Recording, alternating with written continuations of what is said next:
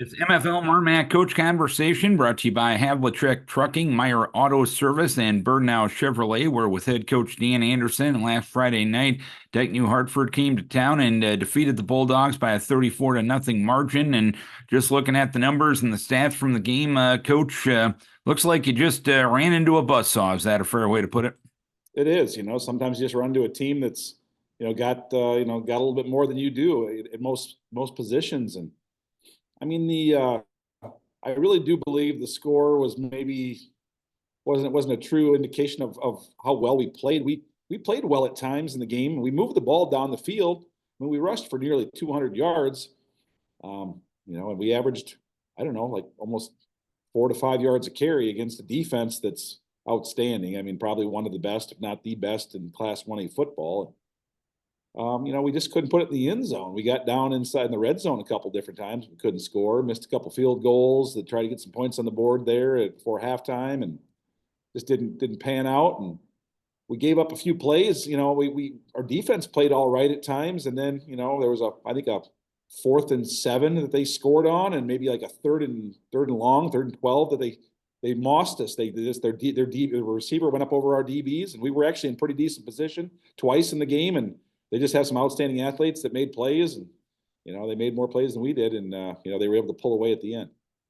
And when you look at the game as a whole, I noticed on offense there was 3 turnovers, and you were -2 on the give take. How big of a factor was that in the outcome?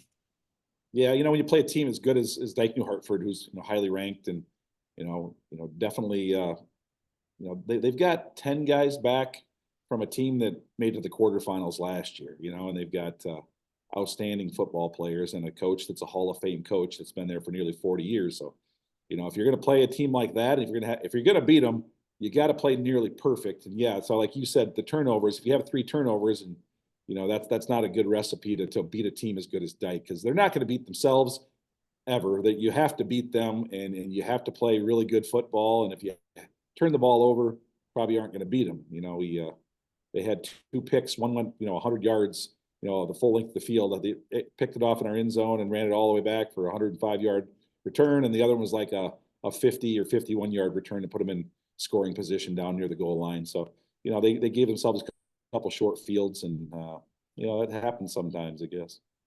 Of the aspects of the game that you can control, what does your team need to learn from last Friday moving forward? Yeah, we need to learn that, there really, I feel like there's like 4 aspects to the game that, you've got your technique, and you've got, from your technique, you've got the skill level of your guys, and, you've got your scheme, your X's and O's. And then finally, you've got your effort, which is the hardest thing to teach, to teach guys to play hard. And, Dyke New Hartford, outstanding athletes. Their technique is flawless. So I mean, they've got a couple things going for them. Their scheme is really good. It's hard to key on any one thing because they run and pass well.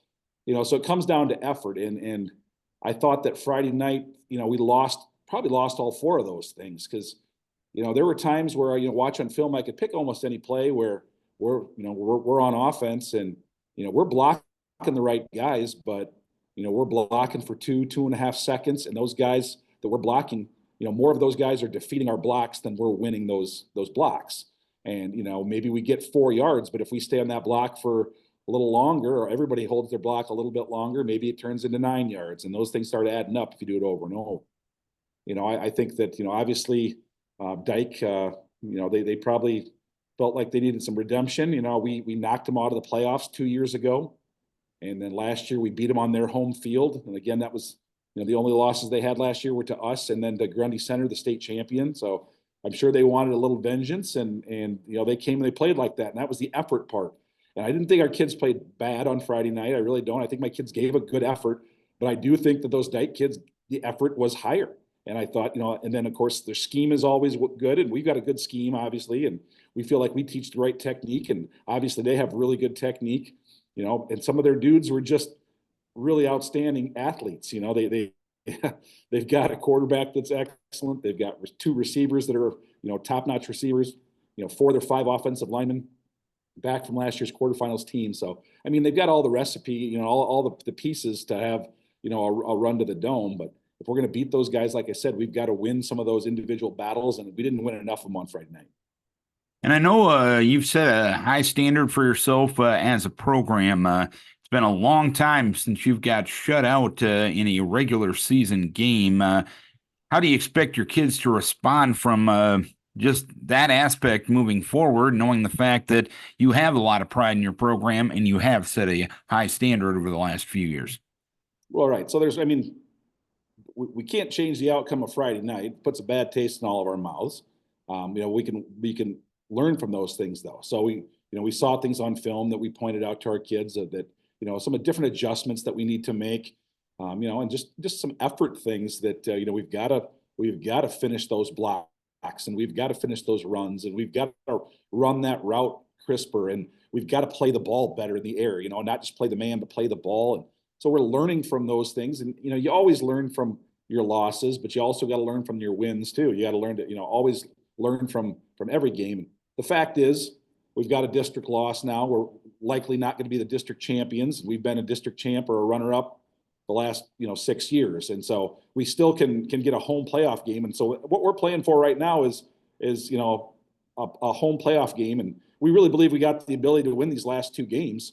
But it starts this week against Denver, and they're no slouch. I mean, they really throw the ball well. So I don't feel like there's going to be any hangover. Our kids know that they just got whooped on Friday night against a better football team, and they were better on Friday night. We can see them again in the playoffs, and it could be a different story because in football, the margin between winning and losing is so small. And even a score like 34-0, it could have been a lot closer if we don't give up those 2 big passes on a 4th and 7 and a 3rd and 11. Then all of a sudden that takes away 2 scores. And if we score inside the red zone 2 of those times and make one of those 2 field goals, maybe the score is maybe it's something like 21-10 or something, or 20-14. It could have been closer than it was, but give it credit to Dyke, to New Hartford. They played outstanding and they didn't make any mistakes. And so we made too many, and they got the big win. So.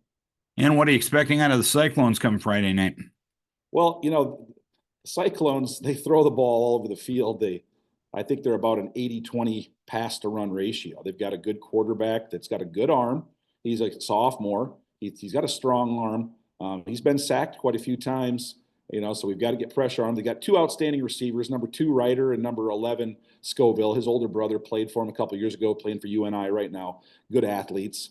They've got 2 good receivers, which really presents a challenge because they line them up opposite each other, and you can't really double cover anybody because they've got multiple guys that I think that Ryder, number 2, is leading the district in receptions, and I think Scoville's number 2. So they might go 1-2 in our district in total receptions, and the quarterback's thrown for 1,100 yards somewhere in there already. So, it's going to be a different type of ball game. They're going to wing it and throw it out there a lot on Friday night, and we're going to have to get a good pass rush and, instill our will. They have given up a lot of points the last couple of weeks, though. So, I think there could be a lot of points put on the board. All right, Coach, hopefully you can get back on the winning track. Keep you guys healthy. We wish best of luck Friday. Yep, thanks, Darren. Dan Anderson, head coach of the MFL MarMac Bulldogs, brought to you by Birdnow Chevrolet, Meyer Auto Service, and Havlicek Trucking.